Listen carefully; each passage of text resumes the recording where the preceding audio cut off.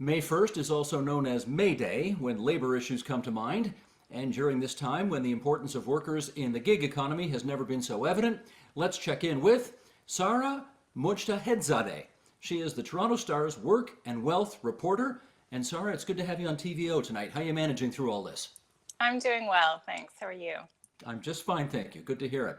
Let us start with, we're going to take a, plucked from the headlines, as they say, and one of the biggest stories in the last little while has been Foodora, which 2 months after these couriers won the right to unionize, the companies basically said, we're skipping town, that's it. Tell us the story. How did this happen? Well, I found out, just checked my personal email and had a email in my inbox that was announcing Foodora's exit from the Canadian market. When the couriers won this sort of historic battle at the Labor Board in February, recognizing their right to join a union, of course, there were whispers that, Foodora would make the decision to at some point leave the market rather than unionize. But I was certainly surprised at the timing in the middle of a pandemic where, we have seen the value and reliance that people have on this kind of service. I think many people would have expected to see order volumes going up. But the company cited an inability to compete with other food delivery apps in the market, and said they'd be wrapping up on May 11th. Yeah, the company, I think, took pains to stress that it's not because of the unionization efforts that they're leaving town. They said it was strictly an economic decision. Do the facts bear that out? They've certainly said that the decision has no relation to the Labor Board ruling in February. It's difficult to know what their internal finances are. They did declare, they started bankruptcy proceedings later this week. But, the day after they announced that they were leaving the market, their parent company issued their financial statement for the first quarter and saw, amazing growth, doubling its revenue, doubling order volume, and specifically referenced the pandemic, saying that this has led to an increase in demand for the services. So, as for Foodora's internal finances, I think we'll get a better sense of that as the bankruptcy proceedings move forward.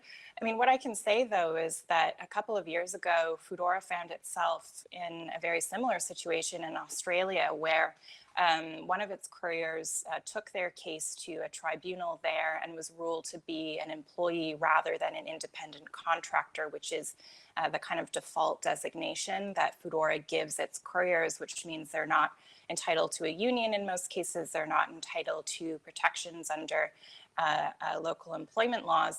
The courier won, and not long after that, again, Foodora exited the Australian market, leaving some unpaid debts behind. So I think, many of the couriers here in Toronto are saying, there's a template for this, there's a pattern here. So what happens to the workers now?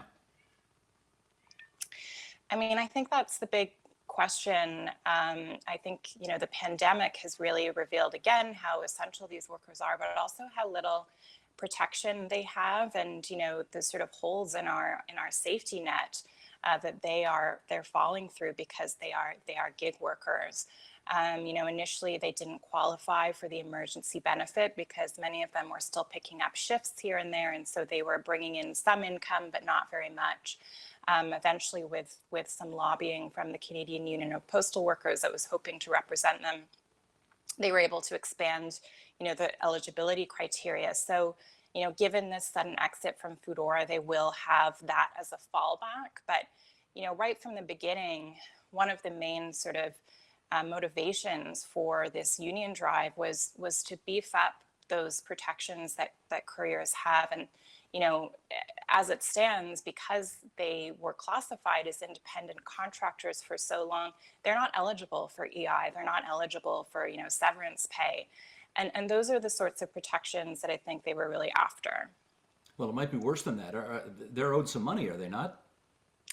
Well, what the company has said so far, or at least what they've said via their trustee in the bankruptcy proceedings, is that the couriers will receive their pay on May 13th. They'll be paid out for any deliveries that they've made up until Foodora's closure. So they are at this point not considered creditors.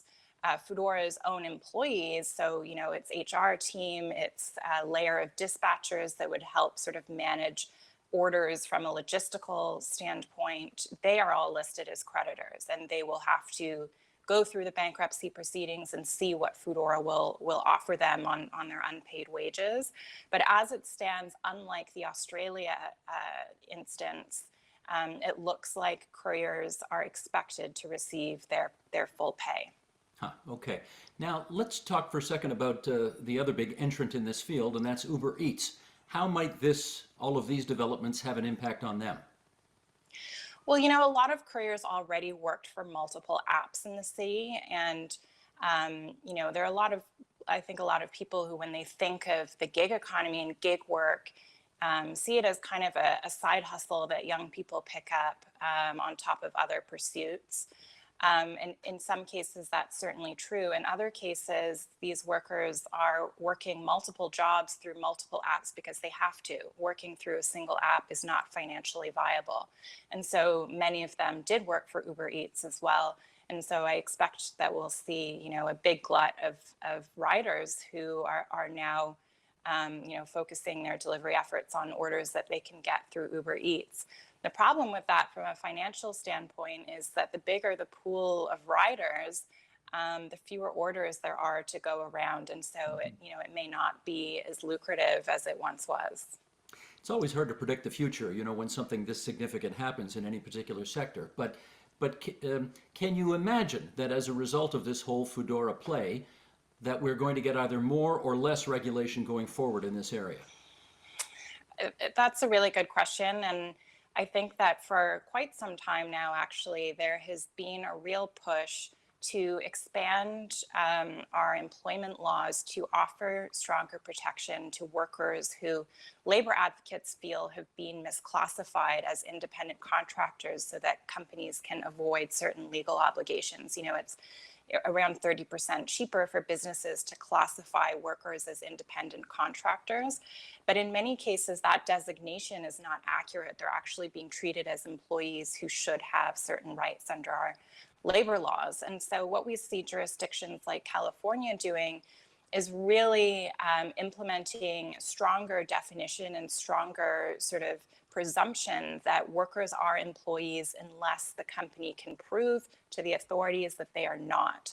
And I think that's what a lot of labor advocates want to see here. And what that would do, it would avoid a situation where individual groups of workers like Foodora couriers have to litigate their case at the labor board and get a ruling, and then face their employer potentially skipping town. Right now it's very much a case by case sort of struggle for workers. And what labor advocates want to see is sort of an even playing field, really, between all of these app companies that have essentially the same business model. Any indication whether the Ontario government's going to take the same approach as California?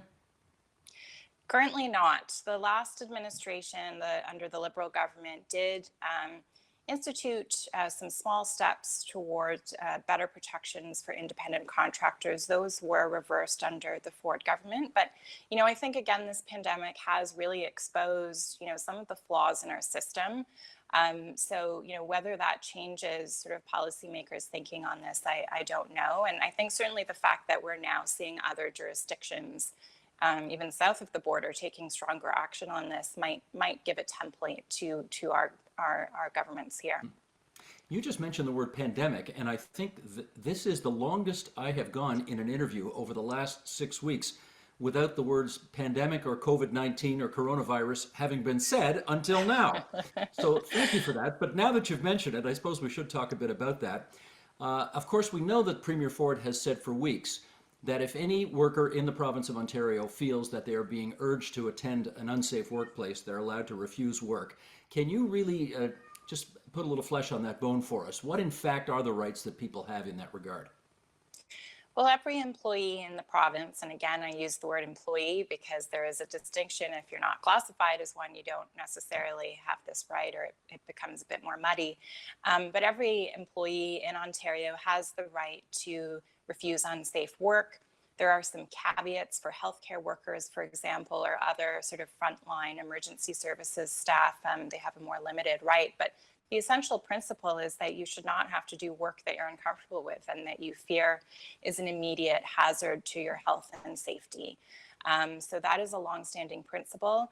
I think that the concern in this environment is that, there's so much economic insecurity out there. And although it's illegal to face reprisal for refusing work that you think is unsafe, I think that anxiety is certainly there, that if workers do say no to something that they're not comfortable with, that they will face some kind of retribution from their employer. And, we all know how tough it's going to be to get a new job in this economy. So the right is there in principle. It can be difficult to act on. Now, just remind me of something I think I saw the other day. Was it 200 workers who'd come forward saying, I don't want to go on that workplace site. I feel it's unsafe. The labor board considered all of those 200 claims and rejected them all? That's right. Yeah, I got some data from the Ministry of Labor on work refusals. And what we really see is just an enormous increase in the number of work refusals being filed. And bear in mind, these are, very serious sort of mini strikes almost by workers who feel, so unsafe that they are willing to stop work and face that potential retribution if things go awry. Compare that to January and February, when we were seeing an average of around 4 work refusals a week. By the time the pandemic hit and was really in sort of full swing by mid-March, we were seeing up to 83 work refusals in a single week. And yes, the Ministry of Labor has not upheld a single one. And that's raised a lot of concerns for labor advocates who are really pushing to see strong enforcement from the Ministry of Labor to ensure that employers abide by their legal obligations, which include taking every precaution reasonable to protect their workers from injury and also illness, and that includes infectious disease.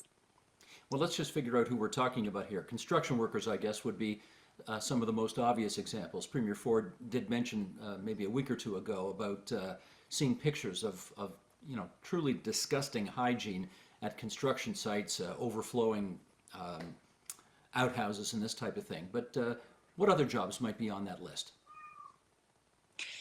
Yeah, I mean, I think what the research is showing so far is that the workers who are at greatest risk are really workers who tend to be low wage, who tend to be racialized, and are in workplaces where it is very difficult to social distance.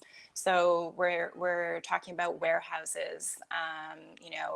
We're seeing warehouses processing, for example, Amazon warehouses, processing all these orders that people are placing online because they don't want to go out shopping.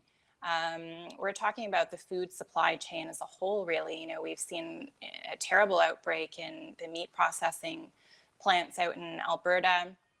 We've seen some cases at meat processors here in Ontario as well. And we're talking about the people actually picking our food, migrant workers. There was a significant outbreak in Chatham-Kent this week at a farm there, where over 40 migrant workers were diagnosed with the virus. There, I think it's related to the precarity of the job in a lot of cases. With migrant workers, for example, they're often living in cramped bunkhouses. I've seen, bunkhouses myself where there's, up to 100 beds in a single house. So, imagine the impossibility of social distancing in that kind of environment. And of course, healthcare workers, that's one that we are at least getting some data on, and that, the government is publishing the rate at which these workers are being diagnosed with COVID. I think it's all of those professions have a sort of through line, which is in many cases, the work is quite precarious. Understood. That's Sara Mojtehedzadeh, who is the work and wealth reporter at the Toronto Star, and we're grateful you could spare some time for us on TVO tonight. Thanks, Sara. Thank you. The Agenda with Steve Paikin is brought to you by the Chartered Professional Accountants of Ontario. CPA Ontario is a regulator, an educator, a thought leader, and an advocate. We protect the public. We advance our profession. We guide our CPAs. We are CPA Ontario. And by viewers like you. Thank you.